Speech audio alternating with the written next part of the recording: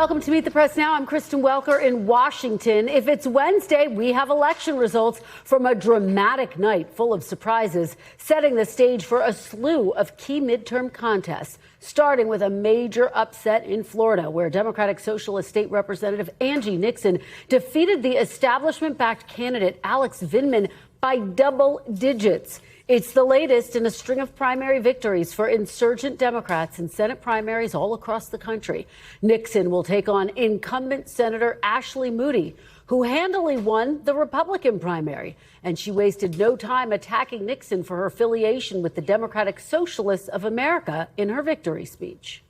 There are people right now that are signing up proudly for a socialist party. Many would call it a communist party. If the crazies get in office, they will drive this country off a cliff while laughing and telling us that America deserved it. Ashley Moody and her billionaire donors are terrified of us. And we all know what they do, especially when they're scared. They lie. They sow fear and hatred and division. They make it personal. Ashley Moody can call it whatever she wants. She can call us whatever she wants. But in November, she will call me senator.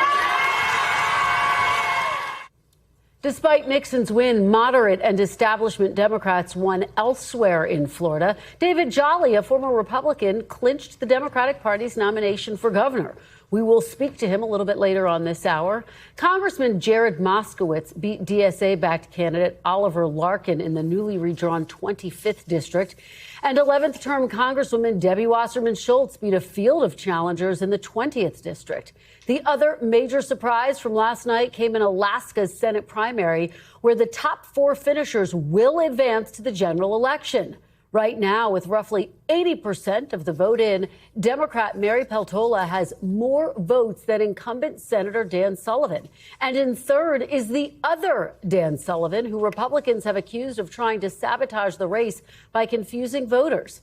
Speaking in Anchorage last night, Peltola firmly focusing her attention on Senator Sullivan. Dan Sullivan, every single vote, votes along with corporate greed. He is there for every fat cat in the nation, from health care to fuel to groceries to transportation to heat.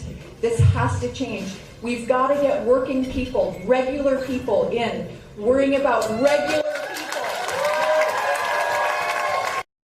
Joining me now is Chief Capitol Hill correspondent Ryan Nobles, national politics reporter Ben Camisar, and senior Homeland Security correspondent Julia Ainsley, who has new exclusive reporting on the Alaska Senate race. Julia, we're going to get to you in just a moment. But Ryan, I want to start things off with you. We have to talk about the Angie Nixon win, surprising everyone, pulling off this big victory against Alex Vindman. What do you make of it? What are the implications? I think at first blush, it's a shocking development. No one saw this coming. I think it's easy to read into this idea that it's a sign that the progressive wing is taking over the Democratic Party. But when you look under the hood, you start to see some inconsistencies here in terms of what it means writ large for the progressive movement. If you look at every other race almost in Florida, the Democratic Socialist aligned candidates actually didn't do nearly as well. She's really the only candidate with that party moniker that won last night. And I think it maybe tells us more about the lackluster campaign that Alexander Vindman ran. Democrats down there have been complaining about it for quite a while. I've been hearing rumblings about it for some time. He was spending most of his time outside of the state fundraising. He never took Nixon seriously, refused to debate her. He had a fundraiser planned for Nantucket next week before the primary results even came out. So listen, this is not to downplay the enthusiasm and the excitement of the progressive movement. It is legitimate. It is the reason that she won here last night. But trying to extrapolate that out into an indication that they're taking over the Democratic Party, we're not quite there yet. Yeah, Ben, what do you make of her win and her prospects in the general election, given the fact that Florida's been increasingly a red state? Yeah, I think part of it first is talking about her win, right? I think you can't overlook a challenger, right? You can't just take your eye off the ball to that way. You know, a lot of folks were talking about, oh, well, Florida's going to be competitive with a fundraiser like Alex Vindman. you're missing the first step here, right? And ultimately, we saw this in some of the other races. Folks who moved to Florida recently didn't do so hot, right? Florida voters, like voters in a lot of other states, they take that carpetbagger, language seriously, right? They want to see you earn it. And the question in front of voters was, did Vindman earn it? And I guess he didn't. Well, and we talk about this all the time, candidate quality, and that may have been one of the things that was under a microscope here. Ryan, nationally speaking, you have the results out of Alaska, of course, Mary Peltola getting more votes than Dan Sullivan. How are Democrats feeling when they woke up this morning with these results? This is the best case scenario for Democrats. The results that they saw in Alaska could not have been better on a number of levels. I think a year ago at this time, we were talking about Alaska as a fringe reach for Democrats. I now would put it in their top tier of pickup opportunities. It almost is now becoming essential to their map, especially because Michigan is so much in play right now. And I think that Mary Peltola is showing a resilience here. She's showing a connection with the voters of Alaska. The fact that she came in first in an open primary is very significant. It doesn't necessarily translate to a general election. There will be a new poll of voters that are included here, but she's clearly connecting with these Alaska voters. She's made this a live ball, and Alaska is not an expensive state. Democrats can afford to devote resources here and make this a true contest in a state that they could possibly steal. Well, Ben, pick up on that point. What would a Peltola win mean for Democrats as they try to take back the Senate, which arguably is a much steeper climb than trying to take back the House, which has its own challenges? Yeah, so if you look at the Senate, the Democrats cannot win by just keeping their blue seats, right? They need to go on offense. And so being able to look and push into these states like Alaska, Iowa, and you see the list right here, they need to put states on the board. So the more states that they can add to the bucket, it's the more paths they have forward. And that's helpful if they lose a seat that they have have more places to go. Or if they think, like, some folks are saying that maybe it's going to be harder to win Florida now. It's probably already going to be hard to win Florida. And if they decide that it's harder, then they have other places to go. It's all about trying to create as many opportunities and potential battleground seats, because we don't know what things are going to look like in a month or 2 months from now. And you want to have the right candidates there. And Ben, just to follow up with you on your point about Florida, talk a little bit about how redistricting in Florida may have impacted what we saw last night and what we might see in November. Yeah, what kind of happened there was a lot of focus on Texas redistricting. But what happened in Florida, there are now 4 seats that have been shifted into these seats that they believe that Trump would have won by at least 9 points, right? So there are a potential for 4 pickup opportunities for Republicans there. And obviously, the results last night, we saw some folks like Jared Moskowitz was one of those seats. Debbie Wasserman Schultz chose to run somewhere else in a safer blue seat, leaving him in that harder seat. Now Democrats have the candidate that they think will be strongest in that district, but it's still a really difficult slog for him and some other Democratic incumbents in these seats that they must hold. Ryan, let's talk about the other factor here last night, the Trump factor. Mixed results for President Trump as well. Yeah, and I think it gets back to Ben's earlier point about candidate quality, right? Trump backed certain candidates that just weren't great candidates. And there have been many within the Republican establishment that have been begging him to abandon Corey Mills, who ended up losing last night because of all the problems that Corey Mills has. He is under Justice Department investigation. He's been subject to a House Ethics Committee investigation. There are countless accusations of sexual harassment, even sexual assault against him. But Trump stuck by him. He continued to give him his endorsement right up until the last minute. This despite the fact that there were 2 other Republican incumbents in the state of Florida that backed his opponent, Ryan Elijah. Now, Trump came out today, as we show you in this graphic, saying that he actually told Corey Mills not to run, and Corey Mills stayed in. I have a hard time believing that. To think a rank-and-file House member would turn down the President of the United States of his request, I don't know. It just seems to strain a bit of credulity. But regardless, Trump's now back behind this Ryan Elijah, former TV news anchor, who's the candidate there. Democrats still believe that this is a pickup opportunity. They felt they had a much better chance with Corey Mills running. Elijah is a good candidate. He knows the district well, has been on TV there for quite a while, but lacks a lot of experience and depth of understanding in many of these issues. So this is an area where Democrats might be playing defense in some of these seats that were redistricted. This is a seat they think they can reach and maybe steal as a result of everything that's taken place there. And Ben, just very quickly, big picture here, one of the big potential challenges for these Republican candidates is the fact that the economy, still the #1 issue for voters. President Trump today defending it, arguing the economy is doing well.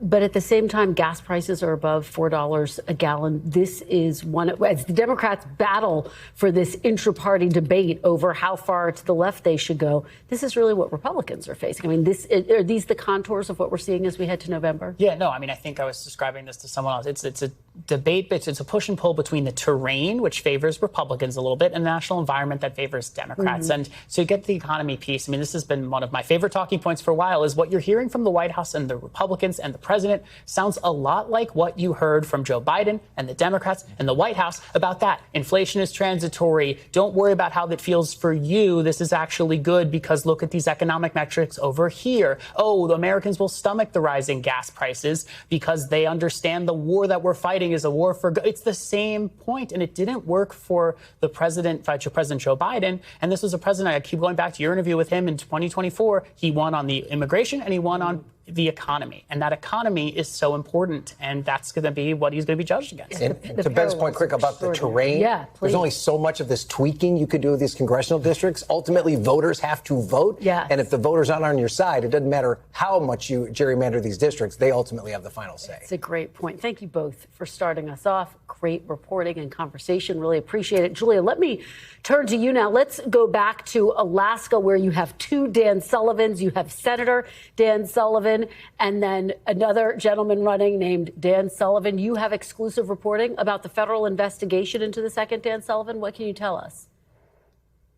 That's right, Kristen. I think it was on your show. We first broke the news in early July that there is a federal investigation into whether or not the campaign launched by this dark horse candidate, Dan J. Sullivan, was actually a conspiracy to siphon votes away from the incumbent, Dan S. Sullivan, who's held that seat in the Senate from Alaska for 15 years. And now we can report that that investigation has gotten even further. This was even before yesterday's primary. We heard this late last week, and we were able to report it this week, that they've convened a grand jury, the prosecutors in this case have, and that grand jury has issued subpoenas to compel witnesses to provide more information so that they can get to the bottom of this. We should say that does not mean that his campaign is a conspiracy.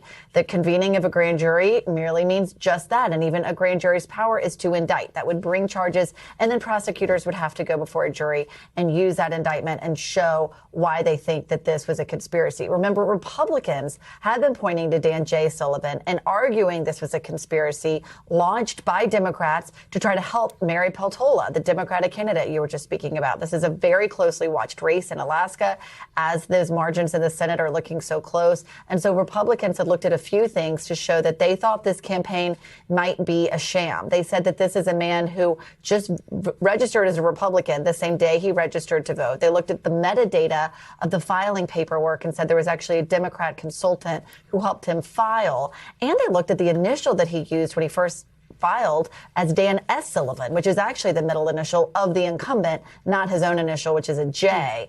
And so that was later changed to a J. But they looked at all of that to try to point and say this is a sham campaign. But Dan J. Sullivan has said he never voted for Trump before, but that he is a Republican and he is launching a legitimate campaign. The question now is whether or not that will actually lead to a prosecution and whether or not his name will actually be on the ballot, because Alaska has a strange voting system where the top 4 vote getters from yesterday's primary will end up on the November ballot. We know that incumbent Dan Sullivan will be on it, as well as the Democratic frontrunner Mary Peltola. And the jury's still out on whether or not Dan J. Sullivan, that challenger, will be on there.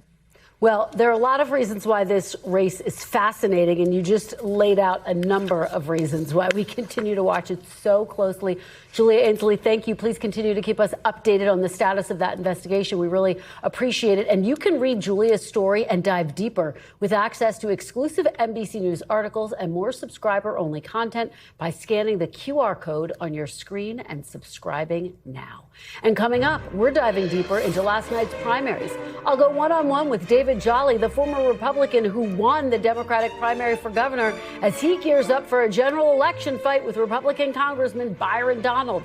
Plus, renewed trade turmoil as President Trump pulls the plug on a wave of massive tariffs that were set to hit Canada overnight, claiming the two sides are close to striking a deal. Stay with us. You're watching Meet the Press now.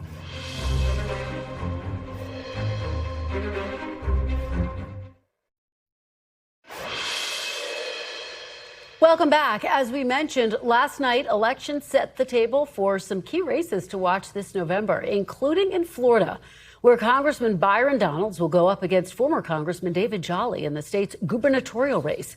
The two already taking aim at each other in their victory speeches last night. Listen.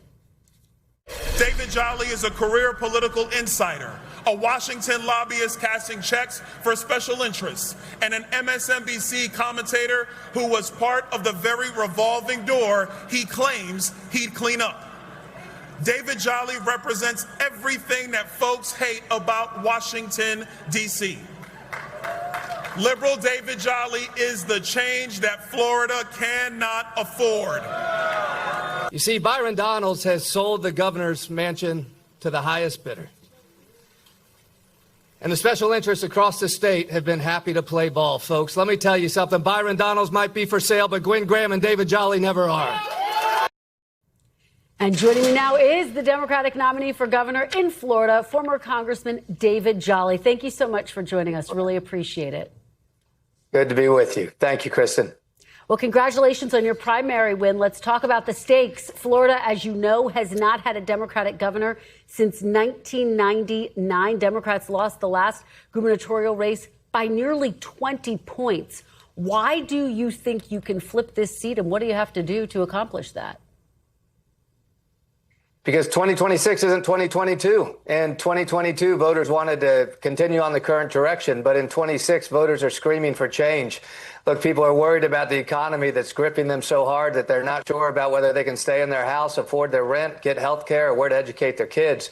And you see in 26 voters asking for change. It's a very different environment, to be honest, that has presented the opportunity for a candidate like myself to run on the basics: housing, health care, and education. The economy should work. The free market capitalism is a good thing, but government's got to step in and help out in some critical areas that should stay out of your life, stay out of your bedroom. Old school Republican libertarianism.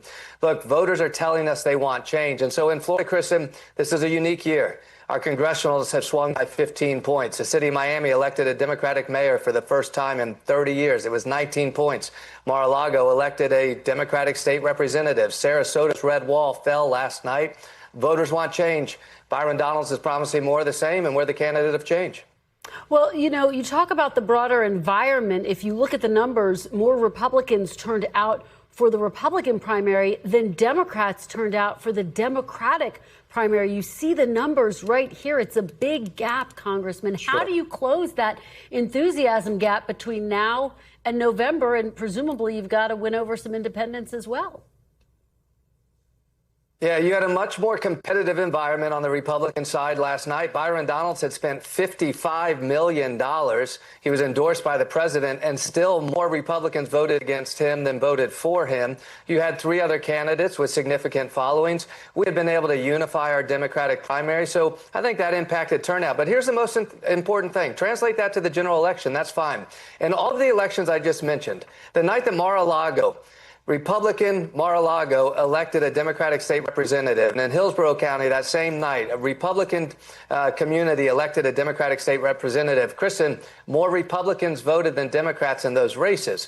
And so I think we're in an environment where people understand you don't have to be a Democrat to vote for a Democrat. That's not every environment we have. I'm leading with democratic values. The economy should work. Government can do its part. Everyone's rights should be protected. But in a moment where people are looking for change, independents and Republicans are saying, look, if you'll focus on the basics, housing, health care, education, return to local control, keep government lean and efficient and out of my life, that's what I'm talking about. Byron Donalds is doing this crazy talk about radicalism and launching the culture wars and spending money to try to divide us.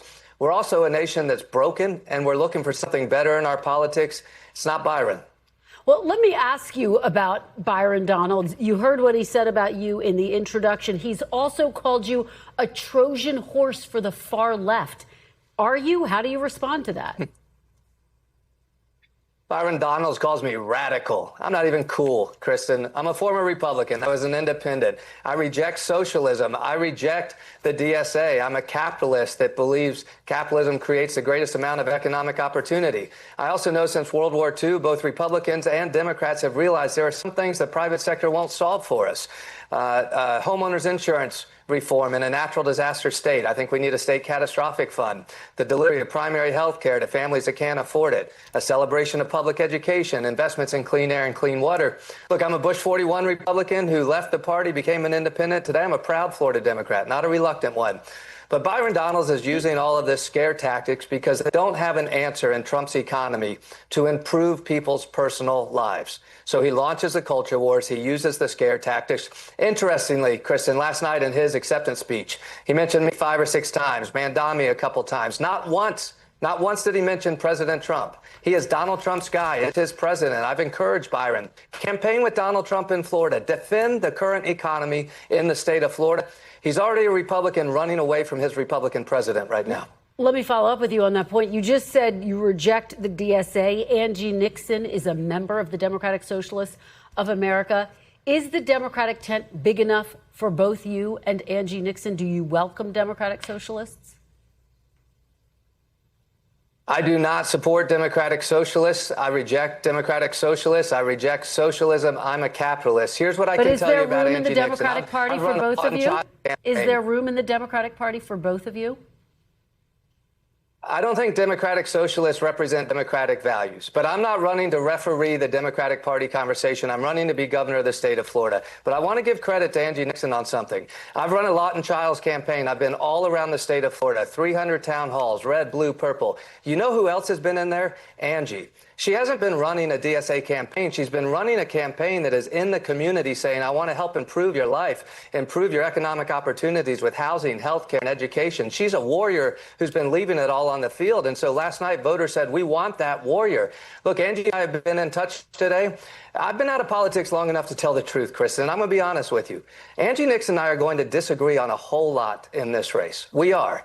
But I know she's a warrior fighting to improve people's lives when it comes to housing, healthcare, and education, just as I am. Give us a few days to meet, to have conversations. They're very different races, right? She's running for Senate. I'm running for governor. Very different jurisdictions. But I do think on the basics, we can be united. Improving people's lives by improving their economy. I'm certainly willing to draw that contrast to Byron Donalds or Ashley Moody this cycle. Do you plan to campaign with Angie Nixon? Let's see how the next several months unfold. I will tell you this. I really mean so this. That's I am not committed a yes. to unity. That's not a yes, Congressman? Listen, we have already campaigned together. No, but now that we're in the general, hold on. Now that we're in the general election, do you plan to campaign with Angie Nixon? I imagine she and I will certainly be at campaign events together. I'm the Democratic nominee for governor. She's the Democratic nominee for Senate. But I want to be very clear about this. There are areas where we're going to agree. There are areas where we are really going to disagree. Most of those areas might be on foreign policy, where her views on Israel are very different than mine. And that's a different constituency that we each will attract or not. That's fine. The important thing is that we're honest with voters. Because you know what? Byron Donalds isn't honest with voters. The leading, most successful socialist in the country right now is Donald Trump, who has taken the federal government into financial positions with Intel, NVIDIA, Nippon, and all these other companies. I'm at least willing to call out socialism on the left and the right. Byron Donalds doesn't have courage to do that. He's talking about socialism in the Democratic Party, and he's ignoring it in the Republican Party. This is also a test of honesty in our politics. I'm willing to lay it all on the field and be honest. When I disagree with Angie, I'll speak of it. When I disagree with Byron or Donald Trump, I'm going to speak of it. It is Byron Donalds who is too cowardly to actually recognize that Trump's economy is crippling Florida, that he's promoting socialism as president of the United States, that culture wars are dividing us and breaking us as a people. I'm willing to take this fight. I'll do it alongside Angie Nixon. I'm going to take it right to Byron Donalds. So, and I hear you saying you agree on some things, you disagree on other things. Will you support her? Will you, in fact, vote for her on Election Day? I imagine Angie and I will be supporting each other on Election Day. This all happened in the last 24 hours. Angie, I'm keeping it real Kristen, I'm keeping it real honest here. Angie and I have been in touch today. Give us a few days to meet to see exactly where we are on some issues. I need some explanations from her. I'm sure she needs some explanations from me. I'm a former Republican who's been a Democrat for about 14 months. I think it's okay to be honest that sometimes there are these family conversations to be had. What I will tell you is the Democratic Party is united on 3 basic values. The economy should work for everyone. Government can do a little bit to improve our lives, and everyone's rights should be protected. Those are not the values of Byron Donalds and Donald Trump and Ashley Moody. They're fighting for the economy to work for some, but not everybody else. They're trying to crush government's investments in housing, healthcare, and education, and they've launched culture wars to divide us. Look, we can be honest that sometimes politics is messy. That's okay. I think voters want honesty. Where Angie and I disagree, we'll disagree, but I'll tell you who I disagree more with, Byron Donalds. I think he's wrong for Florida every single day of the year. All right. Former Congressman David Jolly, thank you so very much for joining us. Hope you'll come back and join us between now and Election Day. Really appreciate it. Thank you. Coming up next, could there be a reunion on the horizon with big implications on the world stage? President Trump telling reporters he plans to meet with North Korean dictator Kim Jong-un. We're live at the White House with the latest developments. Stay with us on Meet the Press Now.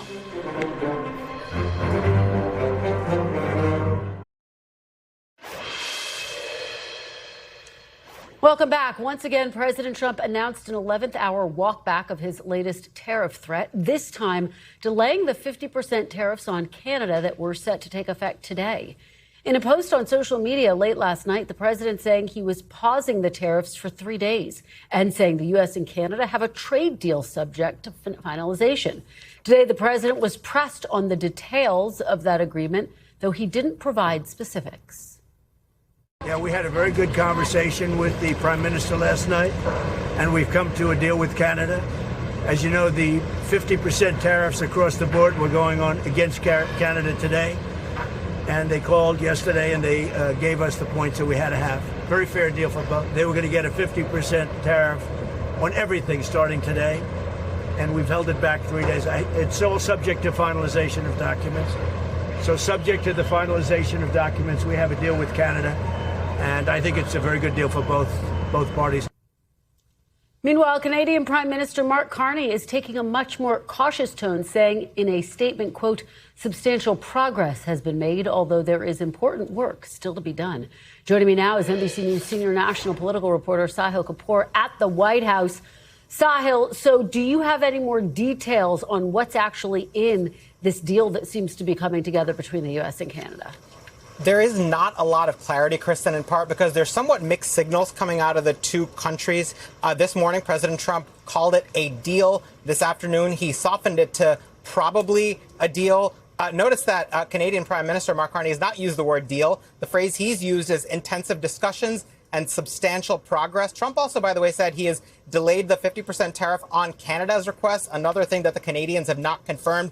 We do know a little bit of what Trump wants this emerging pact, if it is struck, to be. He spoke about it this morning and invoked American farmers at least 4 times, saying this will be great for them and suggested it'll unwind the tariffs and the retaliatory tariffs that Canada has imposed. It shows the political sensitivity that President Trump has to this constituency. Farmers who have typically been pro-Trump in recent elections, but have been hit very hard by his tariffs, which have resulted in retaliatory tariffs, as well as the Iran war, which has caused higher fertilizer prices. Will it actually come to that? Will the U.S. and Canada actually reach an agreement that achieves that?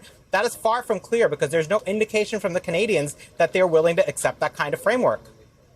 Well, I do, Sahil, want to ask you as we watch and wait to see what happens next there about some other news the president made today. Our colleague Monica Alba pressed the president about his relationship with North Korean dictator Kim Jong-un. I want to play a little bit of that, Sahil, and then get your reaction on the other side. Are you exchanging written letters with Kim Jong-un? Can't tell you that. And are you hoping? But I get along with him. And you know what? The fact that I get along with him, that's a good thing, not a bad thing. And I know Kim Jong-un very well, and he's going to be fine. As long as we have a smart president, he's going to be fine. If we have a dumb president, then he's probably not going to be so fine. Are you expecting to meet with him later this year? Yeah, I will be. Some big news there at the end. Yeah, I will be meeting with Kim Jong-un, President Trump tells our Monica Alba. What more are you learning about their relationship, Sahil?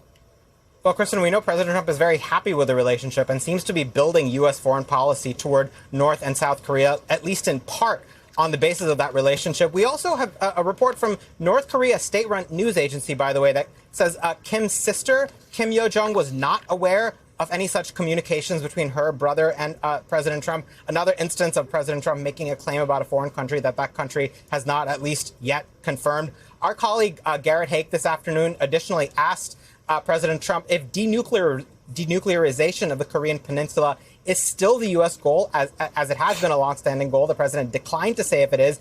He didn't particularly get into what his goals are in wanting to meet. He simply emphasized the good relationship. He defended his decision to halt U.S. military exercises with South Korea, which have sort of baffled and stunned the South Koreans. He called them exercises against North Korea and talked about his dissatisfaction, Kristen, with the South Koreans, including in certain meetings he's had with the country's leadership.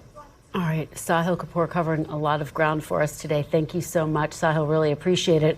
For more on the trade talks with Canada, I'm joined now by Martina Stevis-Gridneff. Thank you so much for joining us. Really appreciate it. So, Martina, talk to me about where things stand. Are officials in Canada surprised by President Trump walking back his tariff threat? No, I don't think they are surprised. I think we were all prepared for this sort of extension. It's not the first time it happens that the president sort of pushes a deadline back, seeking more time to make an agreement in this tariff context.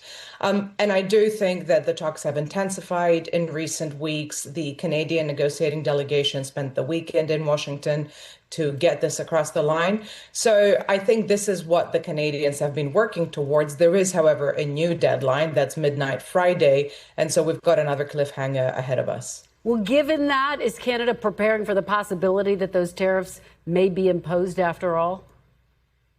I think this Canadian government is always kind of ready for a surprise by President Trump. That being said, today, the musings coming out of the Canadian government have been positive. They've not been the sort of deal, capital letters, exclamation mark that we saw from the president last night. But the prime minister has mentioned an agreement. And as we speak, he is briefing the premiers, the provincial leaders here in Canada about the contours of this agreement. So the Canadians are feeling optimistic, I think, that this might be a real thing. But we still have 48 hours to go. Well, you heard what Sahil said when I asked him about what's actually in the deal. What are Canadian officials saying about what this deal actually contains? Canadian officials have been very, very disciplined, very, very quiet, but we have been talking to people briefed on the talks in industry and the periphery of the negotiations. And I can tell you that the contours of this agreement have more or less been the same for some time. They expect that Canada will have to give up some of the tariffs or quotas that are imposed on American dairy farmers to sell their products in Canada. There's an expectation the Canadian provinces will permit the sale of American liquor back in Canada and their provinces. This has been a real sore point for the administration. It's been something that's been coming up a lot. And they do expect that Canadian counter tariffs on U.S. autos will be eliminated or significantly lowered. So those are certainly things we expect to see from the Canadian side. But I do think we may be also in the sort of game of seeing even more concessions from Canada. And that's why I'm warning that 48 hours is a really long time in trade talks with President Trump and his team. And so we could see the Canadians being forced to give up more. The other thing that's not clear is what are the Canadians getting in exchange? Yeah, it's a really important point. There still could be many twists and turns along the way. Martina, the Canada Bureau Chief for the New York Times, thank you so very much for joining us. Really appreciate it. Coming up after the break, on the road in Iowa, John Allen joins us live from the Hawkeye State with a view from voters in another key House battleground. The latest installment of our Drive to Decision Day series is next. This is Meet the Press Now.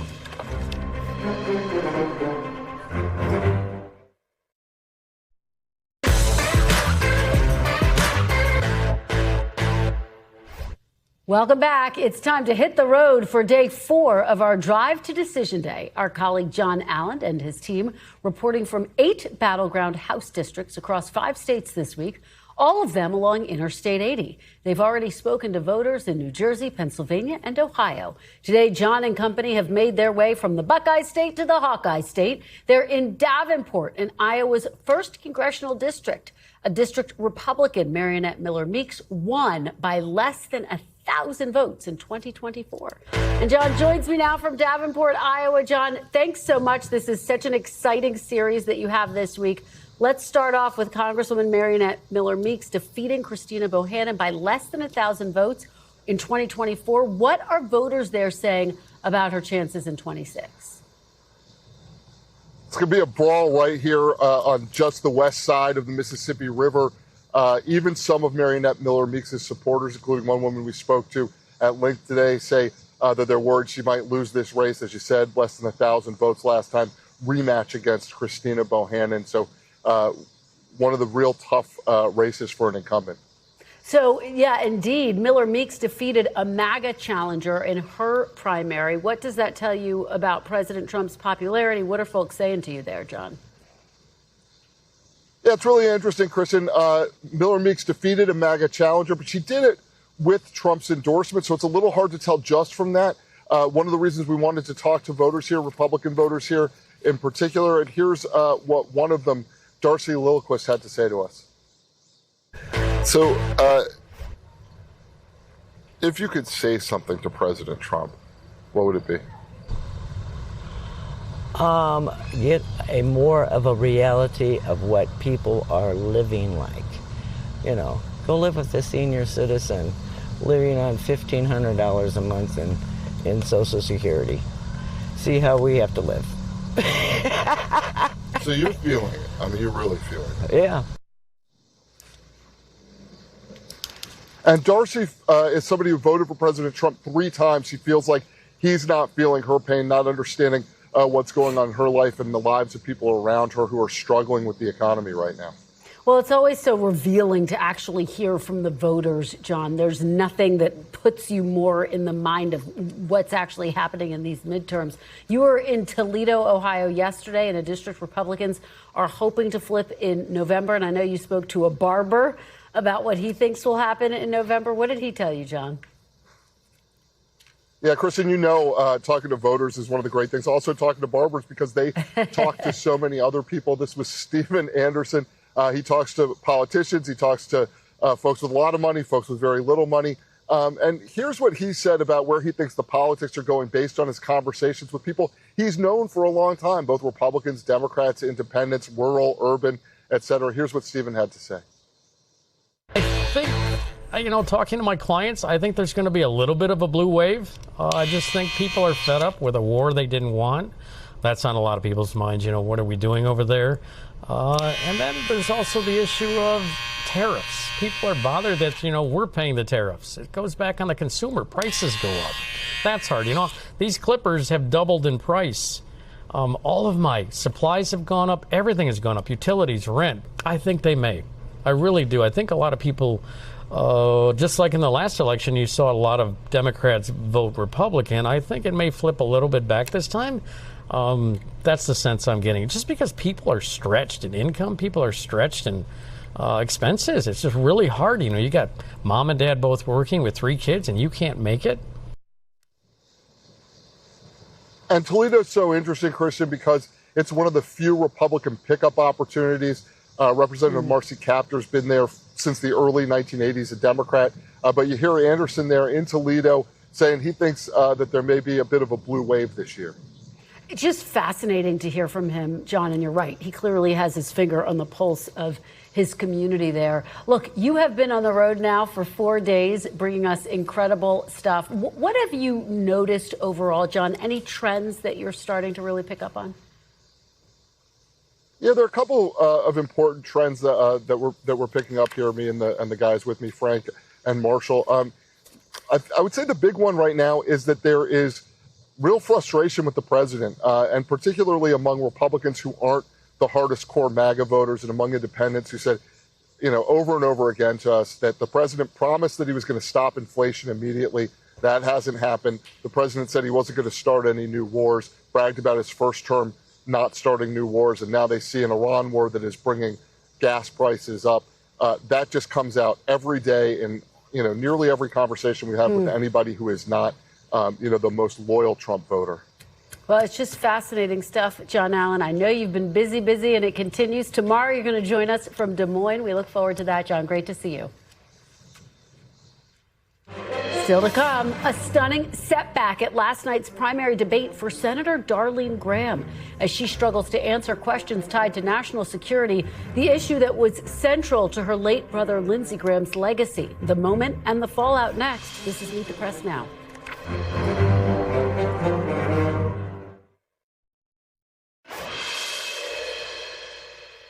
Welcome back. In the midst of last night's primaries, there was a really stunning moment in a debate ahead of next week's runoff in South Carolina's special Senate primary. Senator Darlene Graham gave this answer when asked if Taiwan and the South China Sea are national security issues for the U.S. Take a look. I'm just going to be honest here. I'm not on national security. I'm not that informed on national security, but I do support the military. My brother was in the Air Force for 33 years, so I will do everything I can to support the military. My dad was in the Army. I'm not a polished politician up here. National security is not my thing, not my area of expertise, but I do support the military.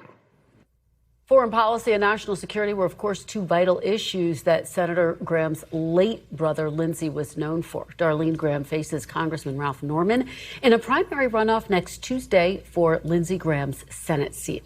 For more, I'm joined by the panel, Shelby Talcott, White House correspondent for Semaphore, Steve Ricchetti, former advisor to President Biden and now an Meet the Press contributor, and Ashley Davis, former White House official during the George W. Bush administration and a founding partner of West Front Strategies. Thanks to all of you for being here. I really appreciate it. So, Shelby, what do you make of that moment on the debate stage in South Carolina? We know that these moments can sometimes be significant and sway voters, but voters' top issue is the economy. Do you think this is going to have a monumental impact? I still think it matters because one of the big questions that voters have about Darlene Graham is she experienced enough for a senator's job? And yes, I do think that the economy is top of mind. I think cost of living is top of mind. But as a senator, you need to be able to answer these questions. And this was the exact concern that I think a lot of Republicans had when they heard that she was interested in getting into the race. And I know that plenty of Republicans texted me after, jaws on the floor, that she would give that answer, because it is just something that if you are running for office, you should have an answer to. And the fact that she didn't, I think, is going to give a lot of voters who weren't sure about her already some pause. Ashley, is that how you see it? I'm sure you got some interesting texts as well after that debate. Yes. Well, first of all, I don't know how many people were watching the debate, yes, but it is being definitely covered today. I also don't know how many South Carolinians really care about Taiwan right now, but I do agree with you. I still think the race is hers to lose. You do? I do. Obviously, there's not any new polling out or anything like that in the elections next week. But here's the question. Do people actually appreciate the fact that she didn't try to lie about it? Like, she just was like, I support the military. Said, I'm going to give you an honest answer. And I'm going to give you an honest answer. And if you're sitting at home thinking, you know what, I'm going to fight for her, the president, South Carolina, the president is still very popular. And he's going to come campaign for her, I'm assuming, or do something for her. There's already an event scheduled. Yes. So I think that, I don't know, I think it's hers to lose. Steve Ricchetti, if you were advising her, sure. How nervous would you be today? Again, Ashley makes the important point. President Trump is still going to campaign with her, and she posted, I'm the only candidate being supported by President Trump. I mean, that goes some distance in South Carolina, maybe not all the way. South Carolina and amongst Republican voters. It's interesting, those national security issues actually intersect directly with the cost of goods, the price of things, enormous effects on the economy. A national security question, encompasses Iran. It encompasses Putin's invasion of Ukraine. I can tell you it had an effect on gas prices in 22 and 23 in my experience in the White House. So the translation of I just don't focus on or think about national security issues is a pretty rough translation to overcome, I think, just because it has this effect. But I will say something contrarian here. And the military is big in South Carolina. Enormously important. I do think there are points for being authentic and being honest. And I actually think in some ways it was revealing in some ways, but it was also real. And I actually think in politics there's something to be said for real authenticity. And I think we'll see how this turns out. Exactly. But I think you've got a real point there. It's one of the arguments that Trump makes, that he's being authentic, and that voters, when you talk to them, say that's part of what they like about him. Here's what she said earlier this month on the Trey Gowdy podcast. Shelby, I'll get your reaction. Lindsay was probably much more focused on national security, and I know that's important, but I'll probably be focused more on affordability, what matters to the families in South Carolina, the struggling families, because I know what it's like to struggle. Health care, the price of groceries. Shelby, picking up on Steve's point, that she's saying this is what she cares about. She's a mom and she's speaking, I think some voters would think authentically. Yeah, having talked to a lot of voters over the years, and this year in particular, this is a stronger answer than the one she gave last night. Granted, she was being directly asked about a specific foreign policy aspect last night, so it's a little bit different. But I do think that kind of an answer will really resonate with voters, because as we've seen, poll after poll after poll shows, voters are acutely focused on the economy, on cost of living this term, and it's something that the Republicans have struggled with, in part because the president is so focused on things like foreign policy. So if she's able to answer the questions, the foreign policy questions, in that way, and sort of shift the focus in a way that I don't think she did successfully last night, it might be a different story. Yeah. Steve, let's shift to the other things that happened last night in Florida. Angie Nixon pulling off this double-digit win over Alex Vindman. She's a member of the DSA. You heard my conversation with David Jolly, who says, boy, he disagrees with a lot of what she believes in. What do you take from that and the mixed results? Because you had Jared Moskowitz, you had Debbie Wasserman Schultz also winning, obviously more moderate Democrats. We've been talking about this really every week for the last 6, I think. And it's what it says is there's no single cookie cutter formula for winning and running a race, especially a primary race where you just have these constituencies kind of inside of the party, differences of opinion, differences of approach. And this was, as I understand it, was a real grassroots. I think she spent maybe $900,000. She spent 13 or 14 million. It was more media driven rather than on the ground. And it was a strategy that worked for her. So how this in Florida plays out over time, it's still an uphill race, certainly from the Democrats' perspective. It's interesting, Jolly, who was a former Republican member who became a Democrat because of his frustration and even anger over some of Donald Trump's policies in his presidency.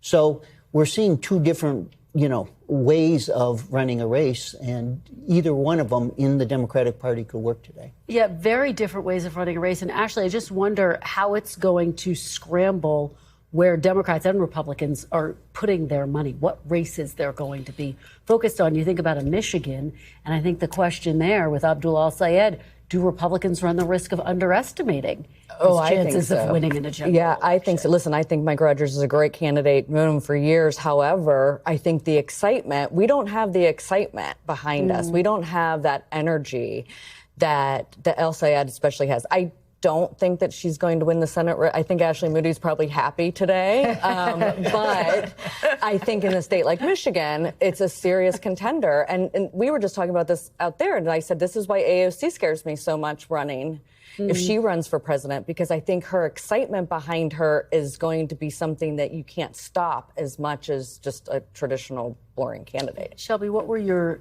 takeaways? And we really are tracking exactly that. Voters enthusiasm and excitement and where it is and where we're seeing it. And it seems to be on the progressive left right now. Yeah, and that's something, to be clear, we've talked about this before as well, that the Trump administration is really excited about, because they truly believe that in these general elections, some of these more moderate voters, they're going to be able to pull them back over to the Republican side. But there is a concern in the administration, and there is acknowledgement that, as you said, people aren't as excited. There's a lot of frustration, and that's something that they have so far, I think, struggled to overcome and figure out how they can not only convince voters that some of these candidates are too far left, but convince them that Republicans have an answer to the problems that voters are dealing with right now. All right. Well, another fascinating election night. Thank you all so much. Shelby, Stephen, Ashley, really appreciate it. We are back tomorrow with more Meet the Press Now, and there is much more ahead on NBC News Now.